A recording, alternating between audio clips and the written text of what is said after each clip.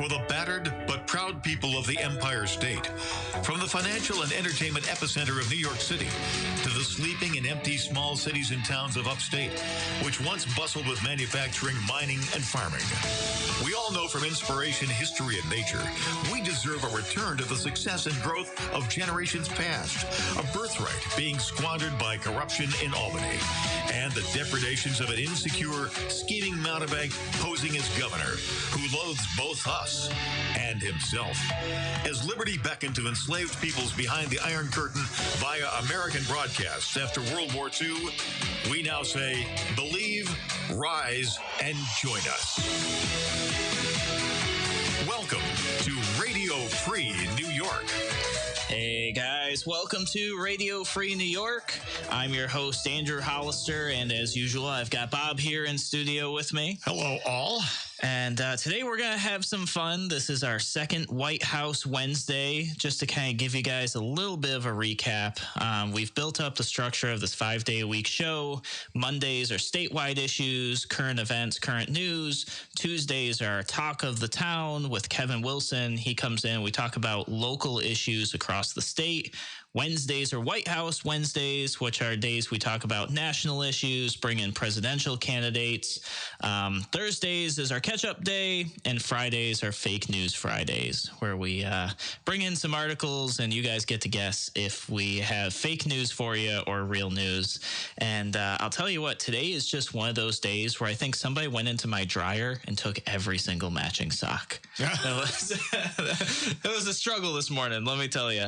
But I'm really excited to introduce for you guys, we do have a candidate here on the show today. Dan, Taxation is Theft, Behrman is here with us. I think, do we have him here on the phone? Indeed we do. Hey, Dan, how you doing? Hey, pretty good. How's it going? Doing great, doing great. Thank you so much for joining us here on the show. Now, the beginning of the show, I just want to have a conversation kind of about you so voters can get to know who you are, why you're running for office, all of that. But before we do, we should talk about your middle name. And because I think that that's probably the first thing that people are going to notice about you. So I'll let you just kind of take it away and explain that one.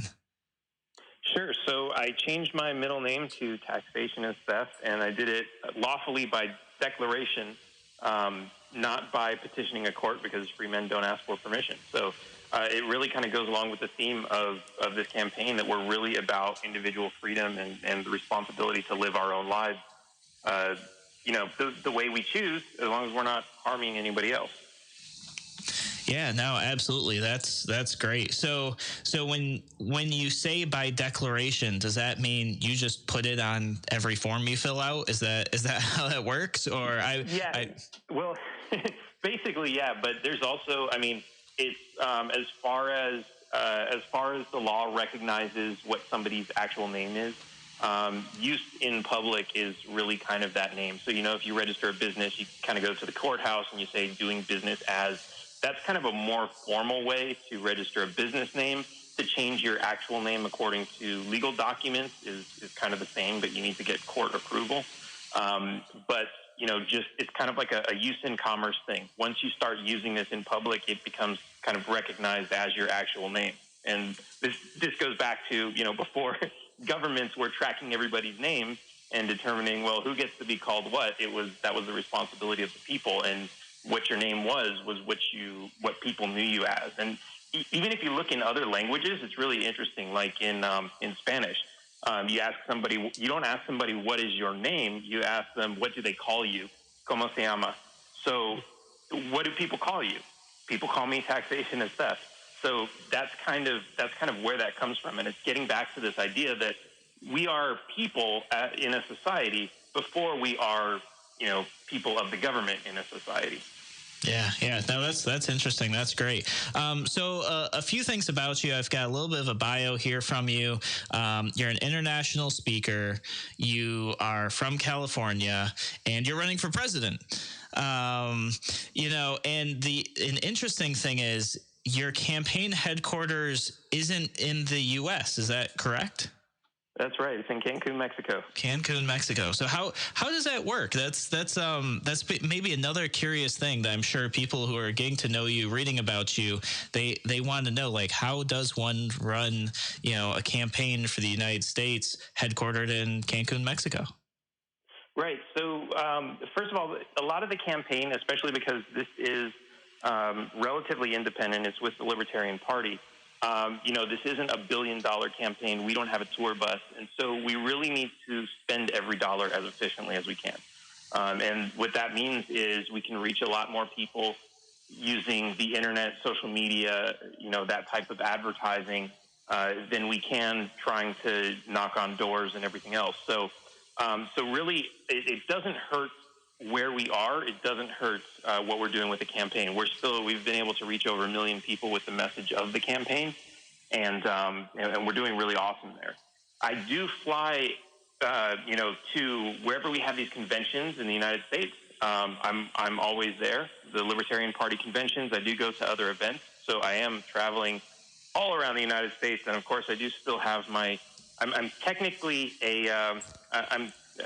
according to the law, I'm taking vacations and working on the campaign while I'm on vacation. But I do have my residence established in the U.S., which is part of the qualification requirement for the actual office. So there's nothing that disqualifies me. There's nothing that's hurting us as far as reach. And really, if anything, it just kind of shows kind of a contempt that a lot of people have for government and its rules and regulations, and especially when it comes to borders, especially borders being a really hot topic issue. There's what are borders? Why is it so hard for someone to move 5 miles in this direction because there's some imaginary line? What's the deal with that? And this really shows that there's not a whole lot to worry about. And also being here, there's been a lot to learn that, we have this conversation in the U.S. that everyone's afraid of Mexico. They're afraid of the cartels and the gangs and everything else. And actually being here and seeing how things work and seeing what the actual threat is, it's really overblown. And there's a lot of propaganda going around in the U.S. that, that's creating that. And I found out recently part of that is the tomato farmers are now on that. And they're trying to ban importing tomatoes from Mexico. And it's because Mexico's actually tomatoes actually come from Mexico originally. That's like they grow better in a tropical environment, and so Mexico's producing more of them, better quality. And a lot of Florida farmers are missing out on those sales now because everyone wants the better, cheaper quality. Better quality, cheaper product. And so these farmers are like, well, what can we do? Let's use this this device of the government, the border. Let's strengthen that to boost our profits by cutting out competition. So this is just another thing that it doesn't belong in a free society. Hey, Dan, Bob Savage here. A quick question for you. You don't sound Mexican to me. Where are you from? I grew up in Los Angeles. I lived there for about 25 years, and I was pretty much into the Democrat influence from there. And then sometime around there, 25, 27, I moved to San Antonio, Texas. And started changing all my political views and became a Texan.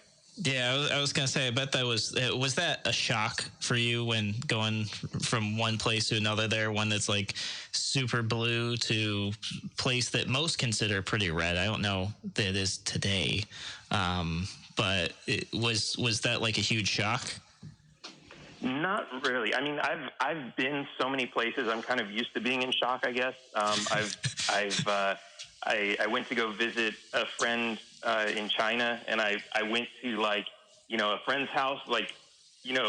We're talking about 5 people who don't speak a word of English, plus my friend who does, and we're sitting around and they're all having conversation, and it's like that's the culture shock, and this has just kind of become normal to me. So I'm really always open to talking to new people, and I've had so many conversations with so many different people from different parts of the world and different cultures and backgrounds and everything, that it's like that stuff is just always really exciting to me. So I think moving to Texas was, it was exciting. There were changes. I got to have conversations with people, and instead of bringing my philosophy with me, I'm always listening for, well, what's your position on certain things and why is it different? And in actually listening to that and understanding that, instead of trying to fight with people and force your opinion on them, you actually learn a lot, and you really grow as a human being that way. So I think that was a really great opportunity, and I loved it. Awesome. Very good. Well, guys, we're going to take a real quick break here on Radio Free New York. And when we come back, we're going to ask Dan about his top 3 policies that he wants to get done if elected to President of the United States. We'll be back here in a moment on Radio Free New York.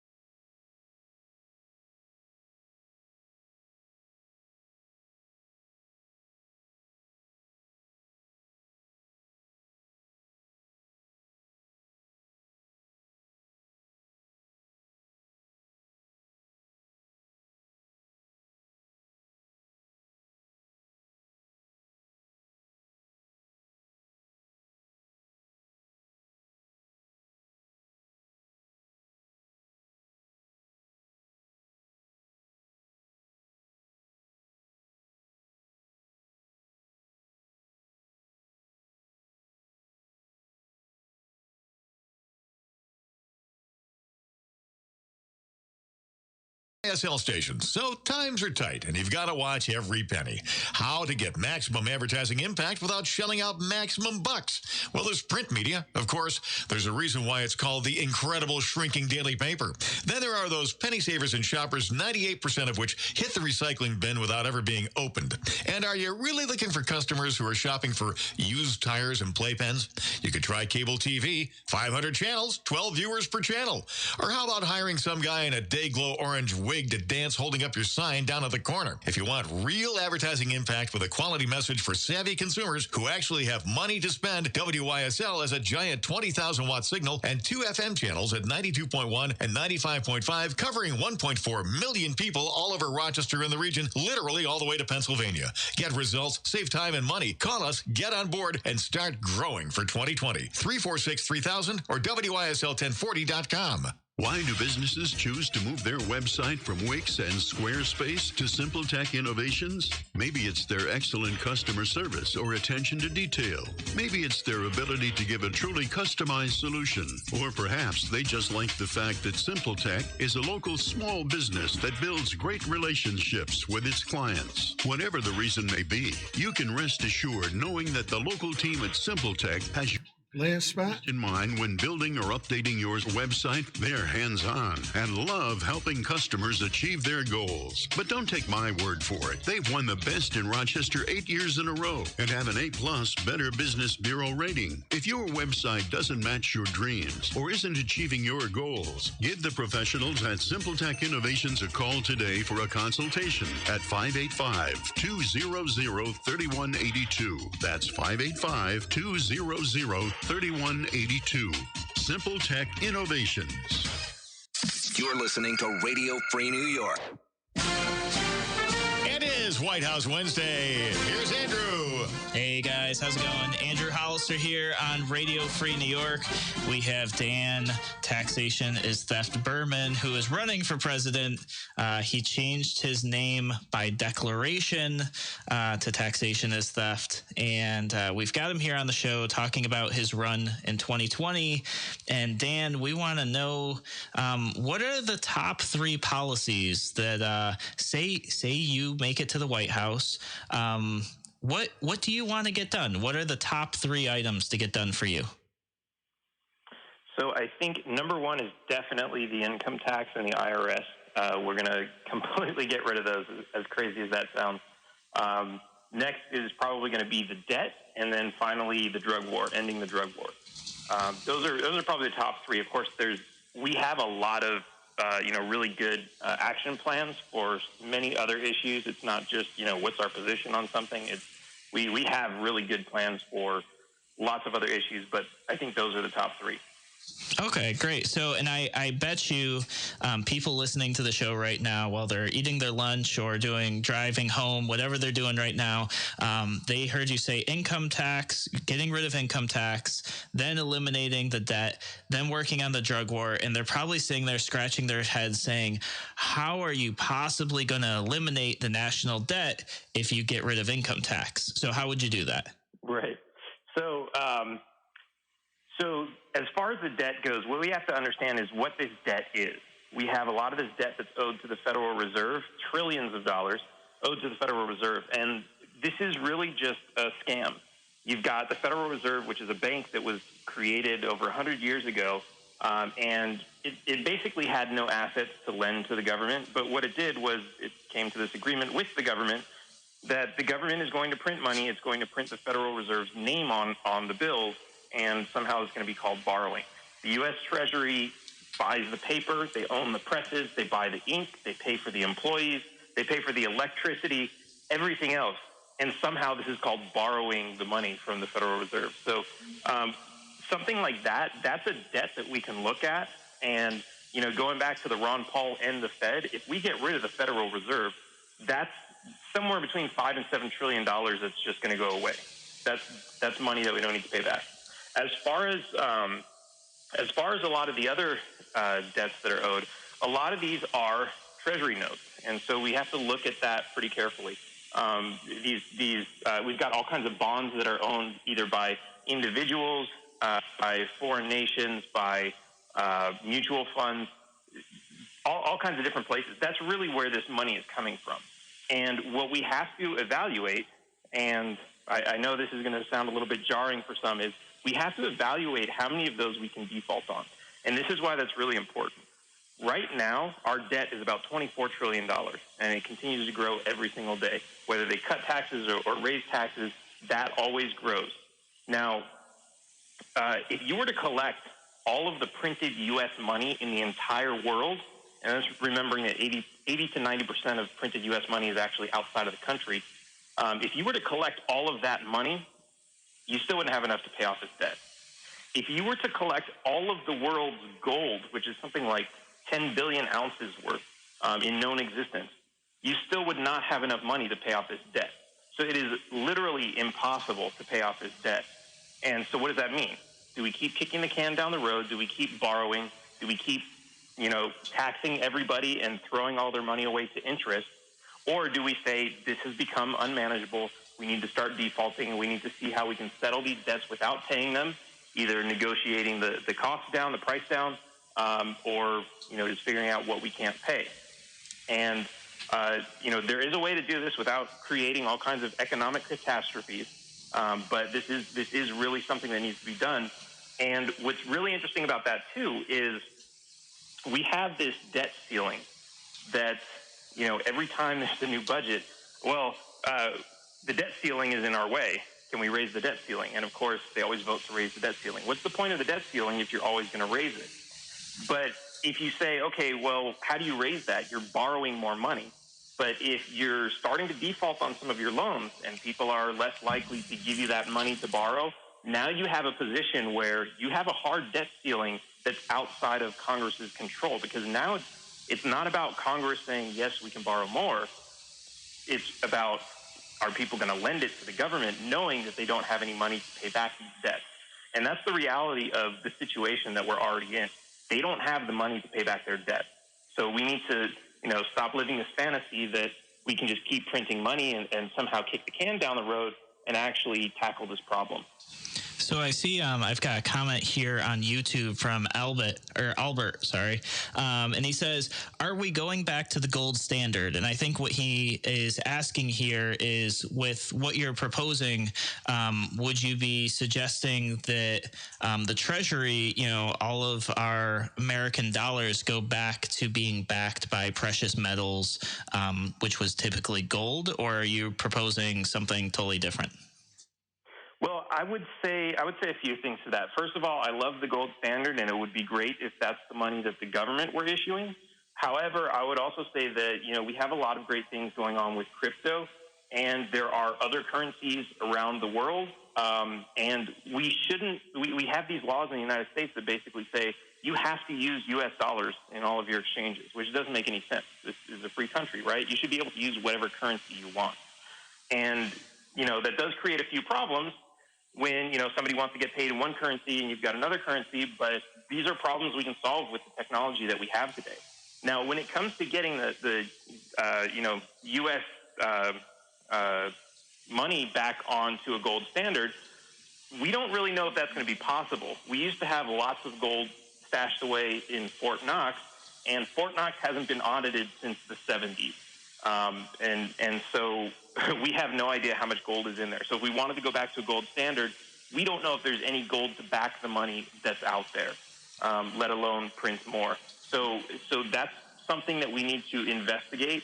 Apparently, the President of the United States is the only person who has the authority to go in and audit Fort Knox, and not a single one of them has had any interest in doing that since the 70s for some reason. But that's something that needs to be done in order to evaluate that. Interesting. Okay. So, maybe we could back currency with gold. Maybe that's not even possible now. Does that mean, are you willing to say no more printing money? If you were elected president, there's just going to stop the money printing presses and say, hey, we're not going to print another dollar until we have something solid that we can back our dollar bill with? Yeah, absolutely. And there's a lot of different ways to look at that. I mean, first, if, there's, aside from the fact that fiat is, totally susceptible to hyperinflation, which makes it a bad thing, if the person in charge of that is somehow trusted, then you could have a complete fiat currency that maybe people will prefer to use just because they like who's issuing it. Let's say, some bank that's got a really great reputation says they want to start printing a new fiat currency and everybody loves it and everybody uses it and they trust them not to hyperinflate, then that's fine. But to have all of these legal tender laws in place to say that you must use these fiat currencies is where we really start running into problems. And so we need to start getting rid of a lot of these regulations that are in place that are preventing people from using alternative currencies. And they come under the guise of, anti-money laundering laws and everything else. But, the reality is a lot of that has a lot more to do with just monitoring your transactions, making sure everything's taxed, keeping surveillance on everybody, keeping everybody under control, and that sort of thing. So it's really a little bit more nefarious than they make it out to be. Okay, and you mentioned ending the war on drugs, which is interesting because you're running as an independent, you're running as a libertarian candidate, and we're even starting to see both Democrats and Republicans coming forward. We've had it here locally in one of our local judicial elections where the elected judges essentially said, hey, the war on drugs is basically a sham. It's not working anymore. I don't know that I've heard it on a national level yet with any of the other candidates running for president in the duopoly. We've got about 2 minutes. Let's hear what your thoughts are on this. Sure. So you're right. The Democrats have been saying, yeah, we're going to fix it for a while, and they don't do anything. They've been in charge of Congress and the White House. They haven't done it. We've reached out to the ambassador of Mexico. We're really trying to figure out how can, because this is a bigger problem than just the United States, but we need to end this war on drugs and not like legalize and tax and all these other things. We need to just stop the prohibition immediately. That's it. End of story. Because that's the only way we're going to restore freedom. We're going to give people their rights back, and we're going to stop assaulting people's freedoms and rights and individual liberties with the government that's supposed to be there to protect them.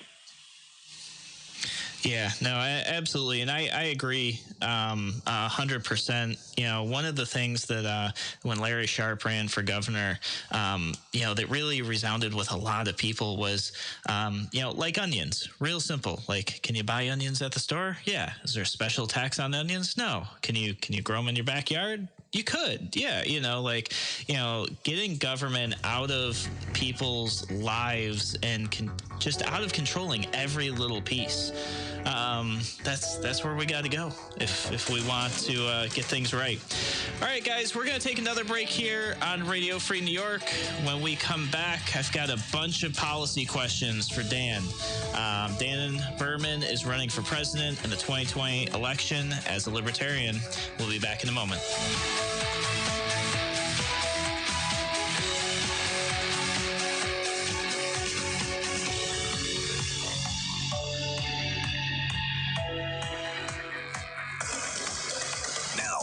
Twice the power. WYSL. More powerful FM 92.1, FM 95.5 West, and 1040 AM WYSL. Okay, Dan, same deal. This break's going to be a little longer, about 5.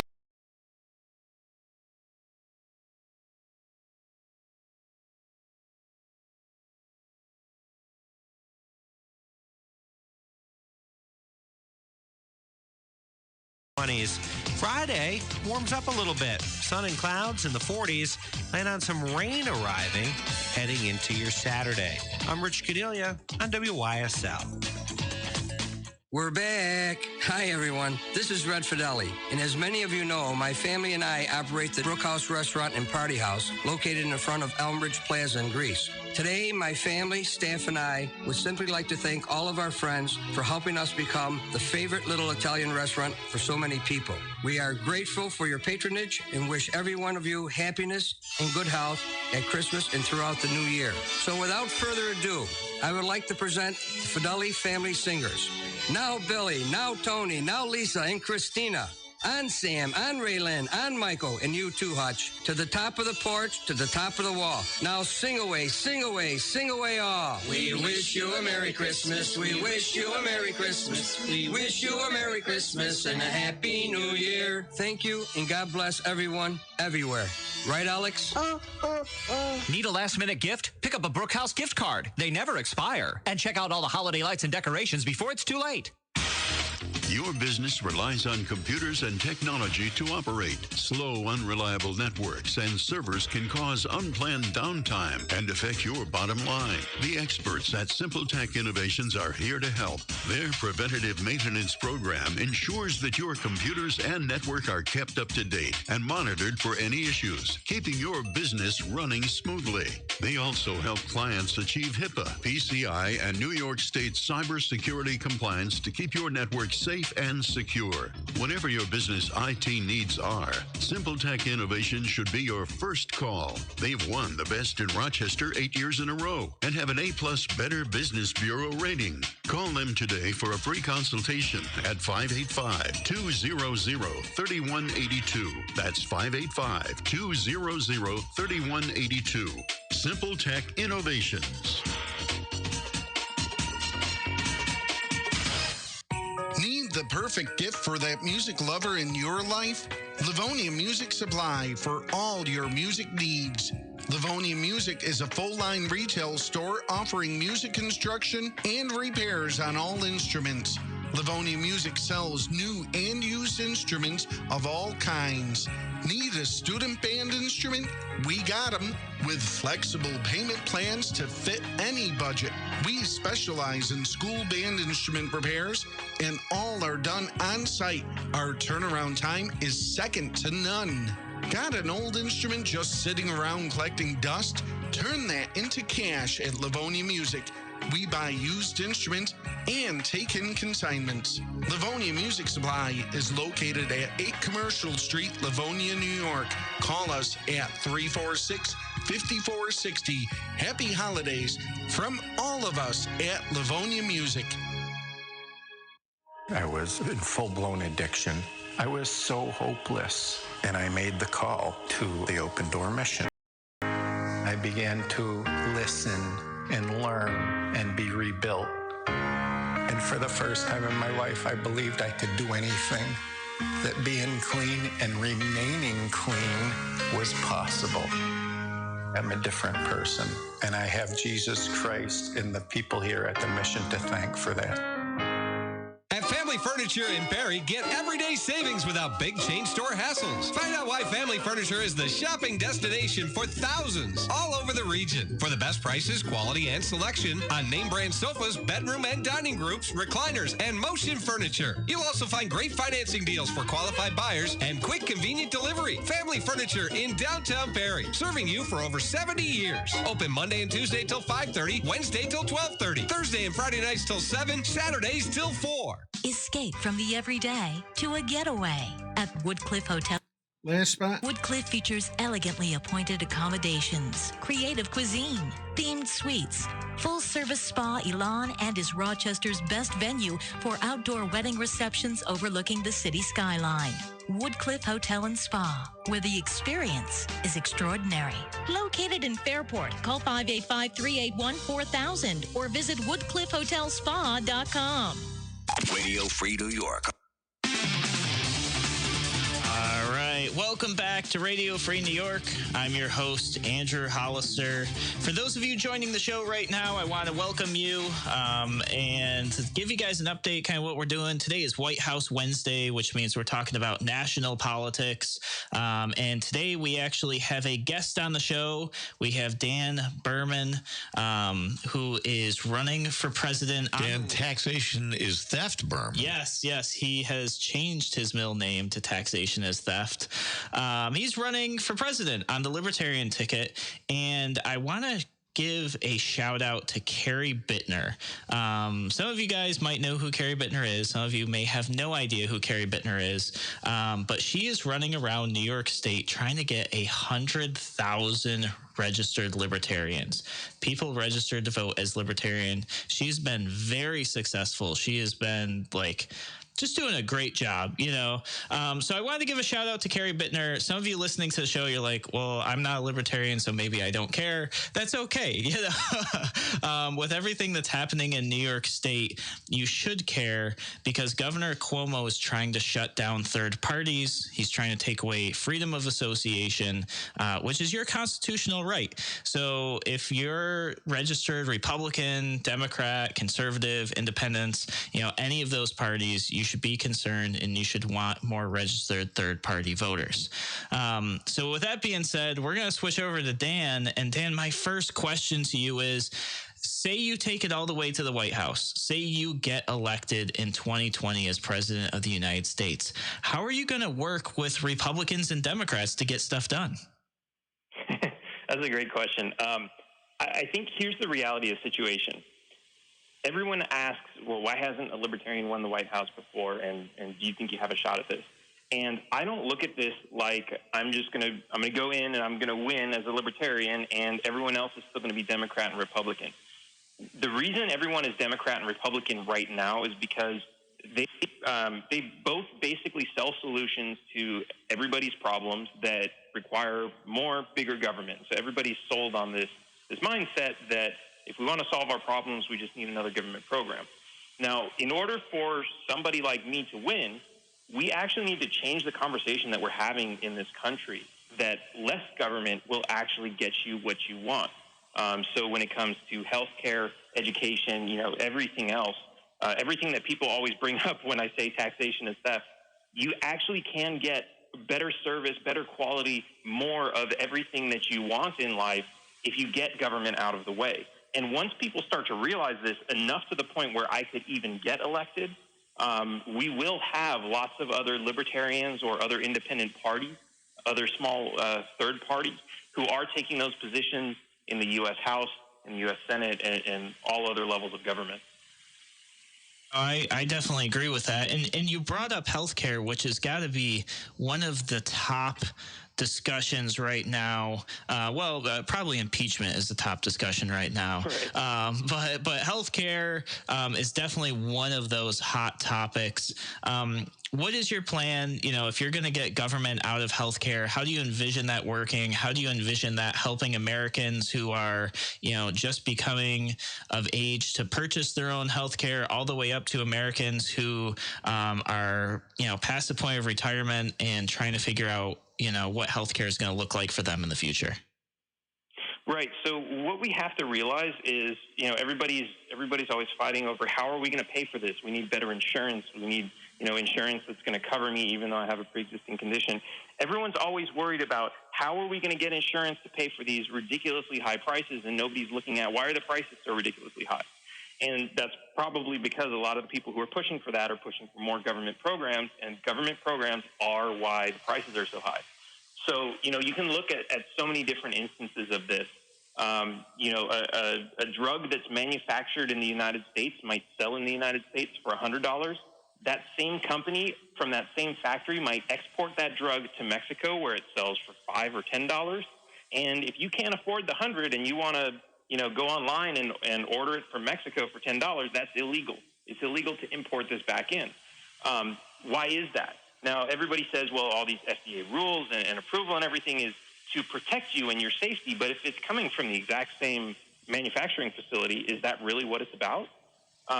We have to look at that, and you can look at this in every aspect. We have hard limits on the number of doctors who are allowed to practice. We have doctors who are here from other countries who have been certified practicing in other countries, in India and the Philippines, in China, like everywhere.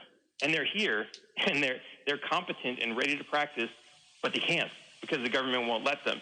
And because of that, you're basically creating artificial scarcity, and whenever there's scarcity, prices go up. So we just need to look at all these government programs that are in place that are supposedly trying to help us and recognize that all they're doing is driving prices up.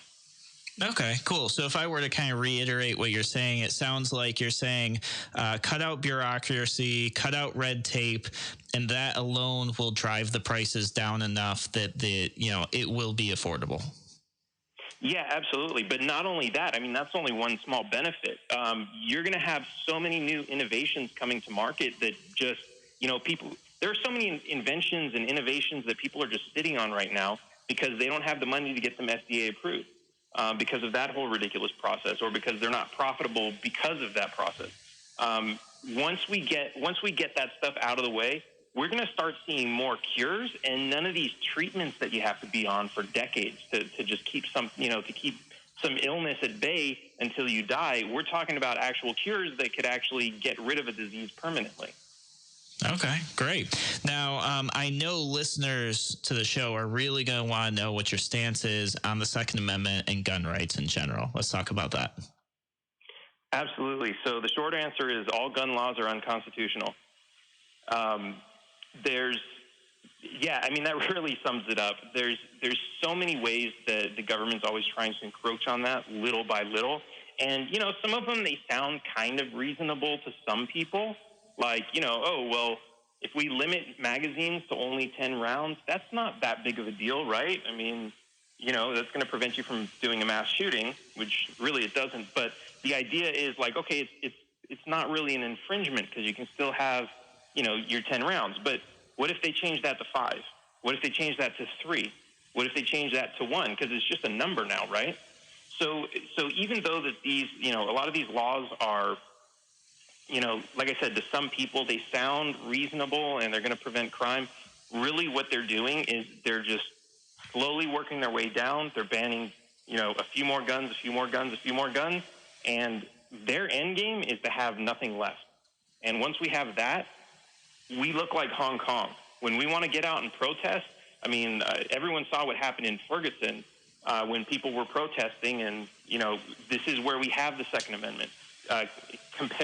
Relatively. Compare that to some protests that have gone on in Arizona or Texas, where they're a lot more gun friendly. You don't usually see this kind of violence from the police on a crowd of protesters because they know any single one of them could be legally, lawfully armed and might fire back now that their First Amendment rights are being infringed. Yeah, no, absolutely. So let's talk about, we've got just a couple minutes before the break. What type of things do you anticipate you would veto if elected to office? Pretty much anything that creates a new government program. Really what we have is the government has enough laws passed to last it a million lifetimes. What we need to do is we need to start repealing. We need fewer taxes. We need fewer laws and regulations. We need fewer agencies. And until we start seeing repeals come in for that, everything's getting vetoed because that's, the government, especially the federal government, was not intended to be this big. Yeah, no, I agree with that 100%. And I know we talked about the war on drugs, but should we be banning vaping? Quick yes or no? Very good. All right, guys, we're going to take another break here. Just so you know, you can jump on Facebook or YouTube, search Andrew C. Hollister, post a comment if you've got a question for Dan Behrman. And we will be back in a moment on Radio Free New York. Sending a shout out to our network affiliates along the line, the WENY stations in Elmira Corning, New York. And also our friends, let's see, where else are we? Well, we're like all over. All over the if place. you're in Western New York. WAC, WACK, AM and FM, 1420 and 96.9 in Newark. And, of course, our Rochester affiliates as well. We'll be back. Why do businesses choose to move their website from Wix and Squarespace to SimpleTech Innovations? Maybe it's their excellent customer service or attention to detail. Maybe it's their ability to give a truly customized solution. Or perhaps they just like the fact that SimpleTech is a local small business that builds great relationships with its clients. Whatever the reason may be, you can rest assured knowing that the local team at SimpleTech has your best interest in mind when building or updating your website. They're hands-on and love helping customers achieve their goals. But don't take my word for it. They've won the best in Rochester 8 years in a row and have an A+ Better Business Bureau rating. If your website doesn't match your dreams or isn't achieving your goals, give the professionals at SimpleTech Innovations a call today for a consultation at 585-200-3182. That's 585-200-3182. SimpleTech Innovations. Aircraft Environmental Systems proudly supports Radio Free New York. Rochester-based leaders in climate simulation chambers for America's R&D laboratories. We're experts in troubleshooting, calibrations, custom designs, and consulting for more than 40 years. Industry pioneers, we created the first ever fleet of temperature, humidity, and altitude test chambers available to rent coast to coast. Trained and trusted by environmental chamber manufacturers, we are ACES. Find us at acesinc.com. Human trafficking is when someone is being forced, tricked, or coerced to engage in a sex trade or forced labor. If you're a kid and forced to sell sex, drugs, or work against your will, that's trafficking. You're not a criminal, and there is help available. Call the National Human Trafficking Hotline at 888-373-7888 or text Be Free. Sponsored by the Livingston County Safe Harbors Human Trafficking Task Force. This spot relies on computers and technology to operate. Slow, unreliable networks and servers can cause unplanned downtime and affect your bottom line. The experts at SimpleTech Innovations are here to help. Their preventative maintenance program ensures that your computers and network are kept up to date and monitored for any issues, keeping your business running smoothly. They also help clients achieve HIPAA, PCI, and New York State cybersecurity compliance to keep your network safe and secure. Whatever your business IT needs are, SimpleTech Innovations should be your first call. They've won the best in Rochester 8 years in a row and have an A+ Better Business Bureau rating. Call them today for a free consultation at 585-200-3182. That's 585-200-3182. SimpleTech Innovations. Radio Free New York. All right, we are back here on Radio Free New York. I'm your host, Andrew Hollister. It is White House Wednesday, so we're talking national politics. And I've got Dan Taxation is Theft Behrman here on the phone with us, talking about his platform. He's running for president of the United States for 2020 election. From Cancun, Mexico. Yeah, it's headquartered in Cancun, Mexico. And, I want to start off, we're going to do a lightning round towards the end of this segment. But before we do there, I think an issue a lot of people see right now today in the United States is this immense divide, the right versus the left. All across the country, whether it's, at a family dinner, maybe it's on social media, just all across the nation. how do you think you can mend the divide in the United States? Right. I think a lot of that just comes down to changing that conversation. Like I said earlier, we're kind of in this conversation that in order to solve a problem, we need some big new government program. But whenever you have one of those programs, in order to give to one person, it has to take from somebody else. And so we have this two-party duopoly system, which basically it's like an arm wrestle where one side has to win and the other side has to lose. Instead, if you look at something like our platform on my campaign, what it really does is it says, look, if we just get government out of the way, if we stop fighting each other over resources and start, using what we have with government out of the way, we can actually accomplish much more, and everybody can get what they want. Yeah, no, that's great. So let's hit the lightning round real quick. I've got a couple real quick questions. You can answer yes, no, maybe a one-sentence reply. First one is elimination of Social Security. It has to be phased out.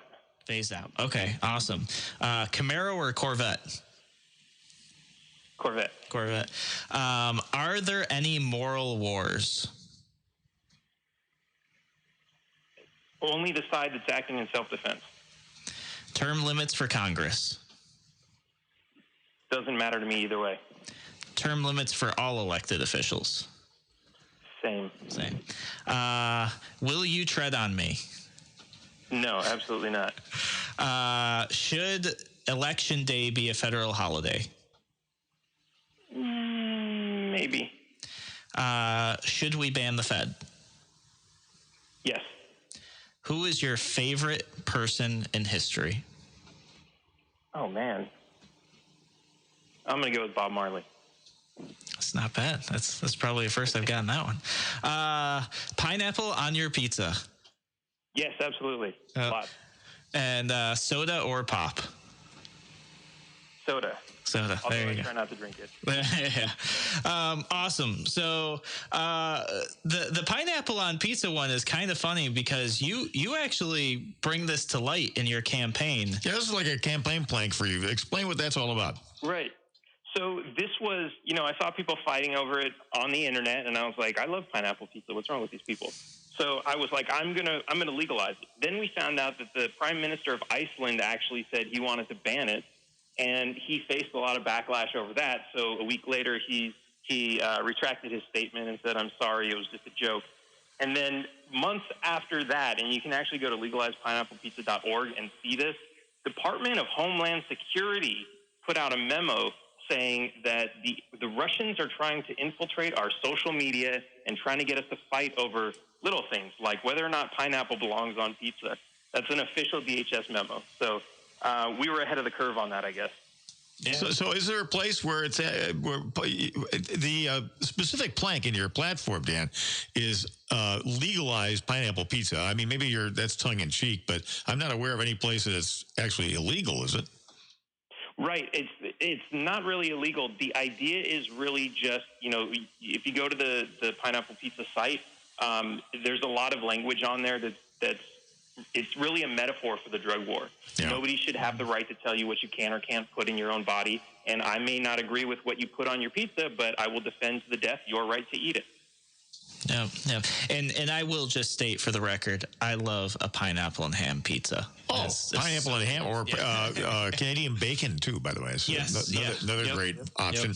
Yep. And there's nothing wrong with pineapple and a nice, spicy cup pepperoni. Yeah. No, that's good stuff. So, one of the things I noticed that is certainly getting a lot of attention right now is student loans, student debt, the student debt crisis. And I wanted to give you an opportunity to talk about your plan for that because there are also a bunch of young people who listen to the show and they're hearing candidates say what they will or will not do with their debt. I wanted to give you an opportunity to talk about how we might be able to fix that.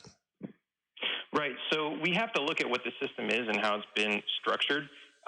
Banks lend money to people based on risk. That risk determines how much money they can lend them.